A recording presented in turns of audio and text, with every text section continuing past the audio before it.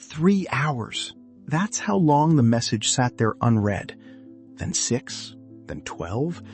And the strange part wasn't the silence. It was the imagination that came after it.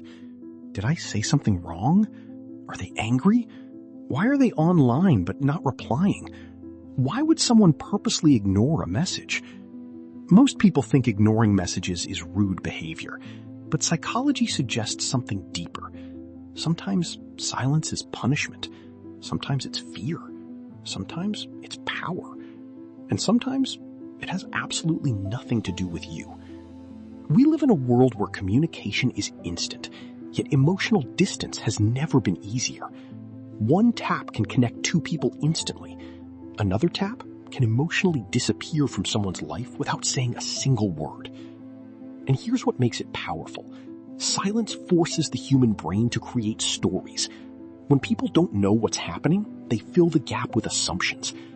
That uncertainty activates anxiety far more than rejection itself. Studies in behavioral psychology show that unpredictable responses trigger stronger emotional reactions than consistent negative ones. In other words, being ignored hurts more than being told no. But why would someone intentionally create that feeling? Because silence communicates status. In human behavior, attention is currency. The person who responds immediately appears emotionally available. The person who delays appears busy, valuable, or emotionally detached. And social media made this worse. Read receipts, active statuses, typing indicators, they turned conversation into psychological warfare. Now people don't just communicate, they analyze response times like detectives. But here's the uncomfortable truth. Many people ignore messages on purpose because it gives them emotional leverage. Not always maliciously, sometimes subconsciously. A person who feels ignored in life may regain control by making others wait. Someone insecure may delay replies to appear important. Someone emotionally overwhelmed may avoid messages entirely because answering feels mentally exhausting. Imagine getting a message that instantly raises your stress levels. Maybe it's confrontation, maybe expectations, maybe emotional pressure. The brain doesn't see it as just a text. It sees potential discomfort. And humans are naturally wired to avoid discomfort. This is called avoidance coping, a psychological defense mechanism where people escape stressful emotions instead of confronting them. The message sits unopened because opening it creates emotional responsibility. Replying means engaging. Engaging means energy, and many people are emotionally exhausted. That's why some individuals reply enthusiastically one week and disappear the next. Their silence may have nothing to do with affection and everything to do with emotional capacity. But there's another darker reason people ignore messages: power conditioning. Behavioral psychologists discovered something fascinating decades ago through reward experiments. Variable rewards, unpredictable rewards, create obsession. You keep checking because sometimes you get rewarded. Human communication now works the same way. Fast replies create comfort. Unpredictable replies create emotional addiction.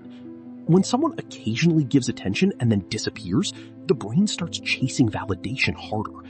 The inconsistency itself becomes addictive. That's why people become attached to emotionally unavailable individuals. The uncertainty keeps dopamine levels unstable. The goal is psychological scarcity, because humans often value what feels difficult to access. Silence reveals emotional patterns people try to hide. Someone who constantly ignores difficult conversations may struggle with emotional maturity. Someone who disappears during conflict may fear vulnerability. Someone who leaves messages unanswered for days but remains active online may crave control without accountability. Behavior always communicates something. But one mistake destroys mental peace: personalizing every silence. When information is missing, we often assume the worst possible explanation. And that possibility hurts because humans are deeply wired for social belonging. Rejection activates similar brain regions as physical pain. But mature psychology requires separating your value from someone else's behavior. A delayed reply is information. not identity. One of the healthiest habits you can build is resisting the urge to chase clarity from emotionally unclear people. If someone repeatedly confuses you, drains you, or only responds when convenient, stop studying their behavior and start studying your tolerance for it. Because the real danger of being ignored isn't the silence itself. It's abandoning your self-respect trying to escape the silence. The strongest people are not the ones who never get ignored. They're the ones who don't let silence define their worth. So here are practical ways to emotionally detach from delayed replies. First, stop monitoring digital behavior.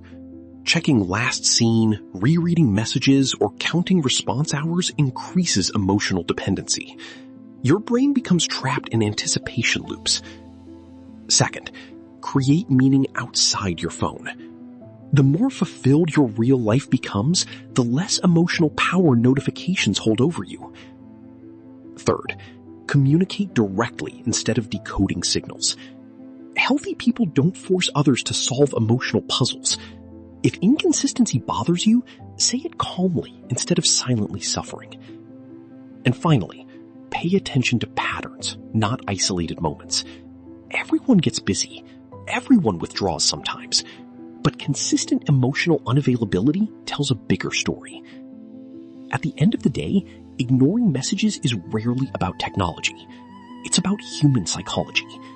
Fear, ego, exhaustion, control, insecurity, avoidance, power. A simple unread message can expose attachment styles, emotional wounds, and relationship dynamics people don't even understand within themselves. And maybe that's why silence feels so loud. Because sometimes the absence of words reveals more than words ever could.